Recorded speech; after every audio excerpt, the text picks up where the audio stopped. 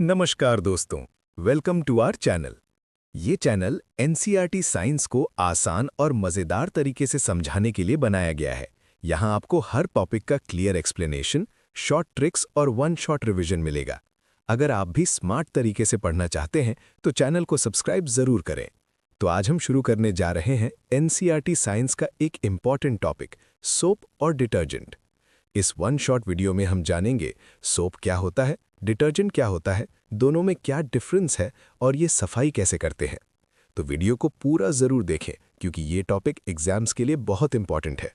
चलिए शुरू करते हैं। सबसे पहले समझते हैं साबुन क्या होता है। साबुन लंबी श्रृंखला वाले फैटी एसिड के सोडियम या पोटेशियम लवण होते हैं, यानी फैटी एसिड्स के सॉल्ट्स। ये सामान्यतः प्राकृतिक तेल या वसा से बनाए जाते हैं। उदाहरण के लिए सोडियम पाल्मिटेट, जिसका सूत्र C15H35COONA होता है, और सोडियम स्टीयरेट, जिसका सूत्र C17H35COONA होता है। ये दोनों साबुन के प्रकार हैं। हमारे दैनिक जीवन में नहाने का खुशबूदार साबुन या कपड़े धोने की टिकिया इसी के उदाहरण हैं। इस प्रकार साबुन एक महत्वपूर्ण सफाई करने वाला पदार्थ है। अब समझते हैं साबुन कैसे बनता है। इस प्रक्रिया को साबुनीकरण या सपोनिफिकेशन कहते हैं। जब तेल या वसा को NaOH या KOH के साथ पानी में मिलाकर गर्म किया जाता है तो एक रासायनिक अभिक्रिया होती है, जिससे हमें साबुन प्राप्त होता है और साथ में ग्लिसरॉल भी बनता है, जो एक उपउत्पाद होता है। आसान भाषा में कहें तो 10 से 18 कार्बन वाले उच्च वसीय अम्लों को NaOH या KOH के साथ गर्म करने पर साबुन बनता है। उदाहरण के लिए घर पर या छोटे उद्योगों में पेल और कास्टिक सोडा को एक साथ उबालकर देसी साबुन बनाया जाता है। इसी प्रक्रिया को साबुनीकरण कहते हैं। अब हम इस स्लाइड में बात करेंगे कठोर और मुलायम साबुन के बारे में।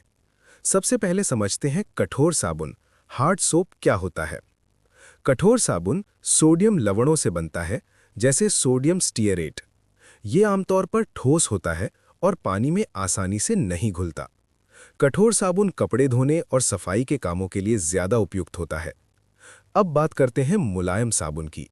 मुलायम साबुन पोटेशियम लवणों से बनता है, जैसे पोटेशियम स्टीयरेट। ये तरल या अर्ध ठोस रूप में होता है और पानी में जल्दी घुल जाता है। मुलायम साबुन त्वचा के लिए नरम होता है, इसलिए इसका उपयोग नहाने और हाथ धोने में किया जाता है। इस प्रकार कठोर साबुन सफाई के लिए बेहतर होता है, जबकि मुलायम साबुन त्वचा के लिए अधिक उपयुक्त होता है। अब हम पढ़ेंगे साबुन के कुछ खास प्रकार, स्पेशल सोप्स। जरूरत के हिसाब से साबुन बनाने के तरीके में छोटे-छोटे बदलाव किए जाते हैं, जिससे अलग-अलग प्रकार के साबुन तैयार होते हैं। सबसे पहले बात करते हैं शेविंग साबुन की। शेविंग साबुन में रेजिन मिलाया जाता है। इसका फायदा ये होता है कि इससे बहुत ज़्यादा झाग बनता है और ये जल्दी सूखता नहीं है। इसी कारण शेविंग के समय ये त्वचा को मुलायम बनाए रखता है।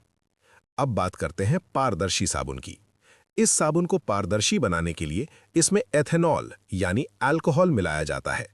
एथेनॉल मिलाने से साबुन का स्ट्रक्चर बदल जाता है और वो साफ दिखाई देने लगता है। अंत में आता है लिक्विड सोप।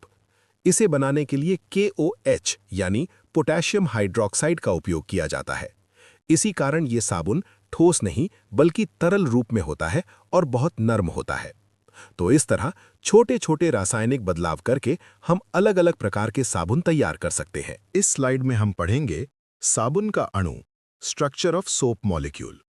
साबुन के अणु को हम एक चुंबक की तरह समझ सकते हैं, क्योंकि ये दो अलग-अलग हिस्सों से मिलकर बना होता है। पहला हिस्सा होता है जलरागी सिरा यानी हाइड्रोफिलिक हेड। ये हिस्सा पानी को अपनी तरफ खींचता है, यानी ये पोलर होता है। उदाहरण के लिए इसमें -COO-Na+ जैसे आयन होते हैं। इसका काम होता है पानी के साथ जुड़ना। दूसरा हिस्सा होता है जल विरागी पूंछ यानी हाइड्रोफोबिक टेल।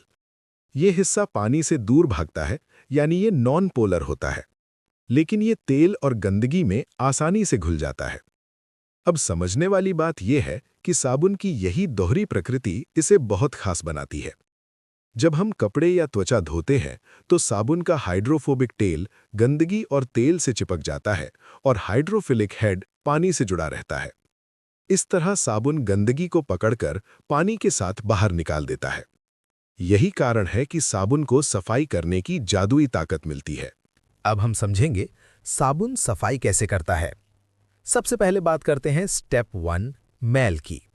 जब हमारे कपड़ों या त्वचा पर गंदगी लगती है तो ये गंदगी अक्सर तेल या चिकनाई के साथ चिपकी होती है। सिर्फ पानी से ये आसानी से नहीं निकलती, क्योंकि पानी और तेल आपस में नहीं मिलते। अब आते हैं स्टेप 2 साबुन का हमला। साबुन के अणु बहुत खास होते हैं। इनके 2 हिस्से होते हैं, एक सिर और एक पूंछ। सिर पानी को पसंद करता है, हाइड्रोफिलिक। पूंछ तेल और गंदगी को पसंद करती है, हाइड्रोफोबिक। जब हम साबुन लगाते हैं तो इसकी पूंछ गंदगी और तेल से चिपक जाती है और सिर पानी की ओर रहता है। धीरे धीरे साबुन के कई अणु मिलकर गंदगी को चारों तरफ से घेर लेते हैं। इसे हम माइसील कहते हैं। अब आता है स्टेप 3 सफाई। जब हम पानी से धोते हैं तो साबुन के ये अणु माइसील गंदगी को पकड़कर पानी में घुला देते हैं। इस तरह गंदगी कपड़े या त्वचा से अलग होकर पानी के साथ बह जाती है। उदाहरण से समझें, अगर आप गंदे कॉलर पर साबुन लगाकर रगड़ते हैं और फिर पानी डालते हैं तो साबुन के अणु मैल को पकड़कर पानी में मिला देते हैं और वो बाहर निकल जाता है। तो निष्कर्ष ये है कि साबुन गंदगी को सीधे नहीं हटाता, बल्कि उसे पानी में घुलने लायक बनाकर बाहर निकाल देता है। यही है साबुन की सफाई करने की प्रक्रिया। अब हम समझेंगे साबुन की कमजोरी, कठोर जल, हार्ड वाटर प्रॉब्लम। सबसे पहले समझते हैं कि साबुन हर जगह एक जैसा काम क्यों नहीं करता। साबुन मृदु जल में तो अच्छे से झाग बनाकर सफाई कर देता है, लेकिन कठोर जल में ये सही से काम नहीं कर पाता। पहले बात करते हैं मृदु जल की। जब हम साबुन को मृदु जल में इस्तेमाल करते हैं तो ये आसानी से झाग बनाता है। ये झाग गंदगी को पकड़कर उसे पानी में घोल देता है और सफाई अच्छी तरह हो जाती है। अब समझते हैं कठोर जल में क्या होता है। कठोर जल में कैल्शियम यानी Ca2+ और मैग्नीशियम यानी Mg2+ जैसे खनिज मौजूद होते हैं। जब साबुन इस पानी में जाता है तो ये खनिज साबुन के साथ प्रतिक्रिया करके एक पदार्थ बना लेते हैं जिसे स्कम कहते हैं। ये स्कम एक चिपचिपी परत होती है जो ना तो झाग बनने देती है और न ही गंदगी को अच्छे से हटने देती है। इसलिए हम देखते हैं कि कठोर जल में साबुन लगाने पर झाग बहुत कम बनता है और सफाई ठीक से नहीं होती। निष्कर्ष ये है कि साबुन मृदु जल में प्रभावी होता है, लेकिन कठोर जल में खनिजों के कारण इसकी क्षमता कम हो जाती है। यही है साबुन की कमजोरी कठोर जल के संदर्भ में। अब बात करते हैं अपमार्जक यानी डिटर्जेंट्स की। डिटर्जेंट्स को सफाई का नया हीरो कहा जाता है।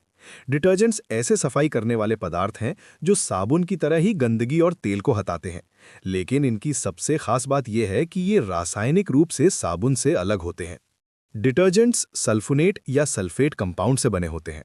अब ध्यान से समझिए, साबुन कठोर जल यानी हार्ड वाटर में ठीक से काम नहीं करता, लेकिन डिटर्जेंट्स हर तरह के पानी में काम करते हैं, क्योंकि ये कैल्शियम और मैग्नीशियम आयंस के साथ रिएक्ट करके स्कम नहीं बनाते।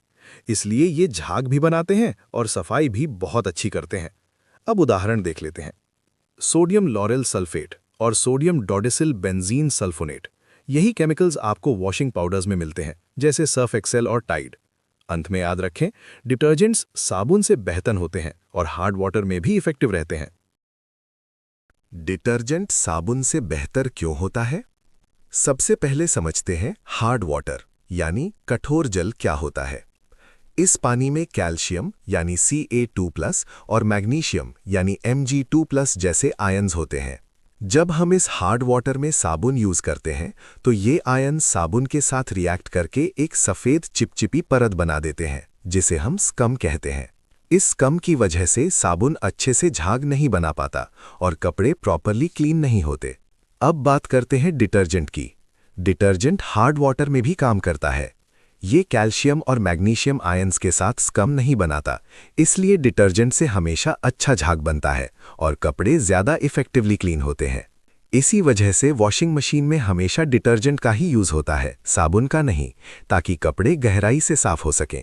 तो याद रखिए, detergent equals no scum plus better cleaning. इसीलिए डिटर्जेंट साबुन से बेहतर होता है। अब चलिए इस टॉपिक का फाइनल कंक्लूजन समझते हैं। सबसे पहले बात करते हैं साबुन की। साबुन प्राकृतिक तेलों से बनता है और ये त्वचा के लिए काफी अच्छा होता है। लेकिन एक दिक्कत है, ये हार्ड वाटर यानी खरे पानी में अच्छे से काम नहीं करता क्योंकि इसमें स्कम बन जाता है। अब बात करते हैं डिटर्जेंट की। डिटर्जेंट रसायनों से बनता है और इसका सबसे बड़ा फायदा है कि ये हार्ड वाटर में भी इफेक्टिव होता है।